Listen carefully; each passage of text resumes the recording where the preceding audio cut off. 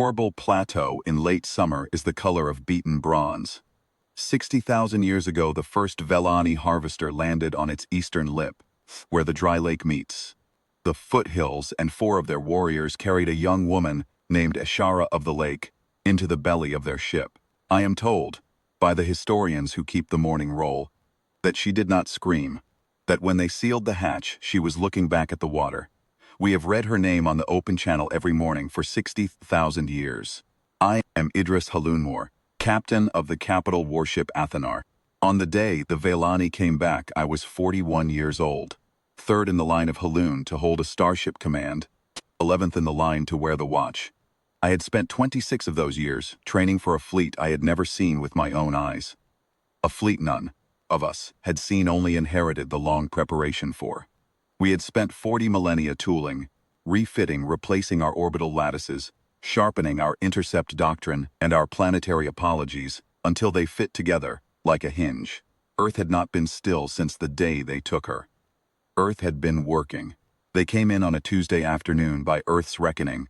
The Velani suzerains harvesting flotilla, 12,000 keels deep, the assembly, hulks at the heart, and the warding cruisers laddered around them. They dropped out of jump above the Pelos ring at half-light, and they did not even see the ring. Our outer sensoria have for 2,000 years projected a false empty signature into the outer dark, a thin, careful lie shaped like a dead rock. They had read the lie and believed it. They thought Earth was a husk. I watched them descend on the Athanar's bridge. Plateau live on the main plate. The harvesting hulks came down in a wide, loose arc, slow because they were bringing assembly yards and pens and feeding gantry. Slow because they were not coming to fight. They had come to comb the rubble for stragglers and template stock, for the bones of whatever lineage had stubbornly endured the empty years. They had come to harvest, the way a man comes back to a field he once burned. My executive, Kavi Renat, spoke once very quietly. There she is. Ashara's house. The Velasi flagship was the Veth Karath, old in their reckoning, a house cruiser 2.5 kilometers along the spine. Her registry remarkers were 2 ages older than her hull. She had carried 4 suzerains and outlived 3 of their wars. Her commander on that Tuesday was Suzerain Adjutant Kareth Fran, and he stepped down the boarding ramp onto the cracked clay of the lake bed, with no helmet on, no weapon drawn, expecting nothing. I gave the order. Athanar broke geostationary and began her descent. There are things in this life that I will not see again, and one of them is the look on Kareth Fran's face. The moment our hull cleared the cloud deck and 4 kilometers of human warship slid down the daylight sky toward him. Behind the Athanar, the Ardennes came through the cloud, and behind her the beacon, and a long way back and high up the Sentinel, who took her position over the plateau's western lip with the sun on her flank. Above us all, very pale in the afternoon, the Pelos ring was visible from the surface, for the first time in any Velani's memory. A bright band crossing the sky, thrown rope. The lie had ended.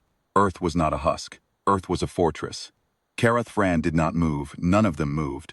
There is a particular stillness that comes over a fleet, when its commander has not yet given an order, and every soul aboard is waiting to hear what their lives will be worth. I opened the channel myself. I did not delegate.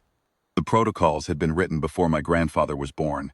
The words had been on the bridge wall, in carved letters, since the Athanar was laid down. I spoke in Old Velani, the dialect Kareth Fran's own grandmothers would not have known. Dialect. His houses kept in their oldest archives, because pride would not let them forget what they had once been. I named the day Ashara was taken. I named the 4 who had carried her aboard by their crest names in the order they had walked. I named the harvester that had taken them out of Earth's air. I named the season, the cloud cover, and the angle of the morning sun. I named her mother who lived 11 years more and was buried under a cairn of black stone on the southern lip of this lake. I named the cairn. Then I said, in Kruthvran's own modern tongue, "We remember, we have been remembering. Stand down your hulks." He stood for the count of 9 seconds. The old Velani was still in his ears, and his fleet was behind him. 4 kilometers of human iron hung between him and the sun. I have wondered in the years since what he was hearing in that pause. The dialect of his ancestors, spoken back at him, with the cadence of a court that did not exist when his houses were young. The day of the first taking named by a man whose face he could not yet see, the casual arithmetic of a planet that had been counting under its breath for longer than his oldest line had existed.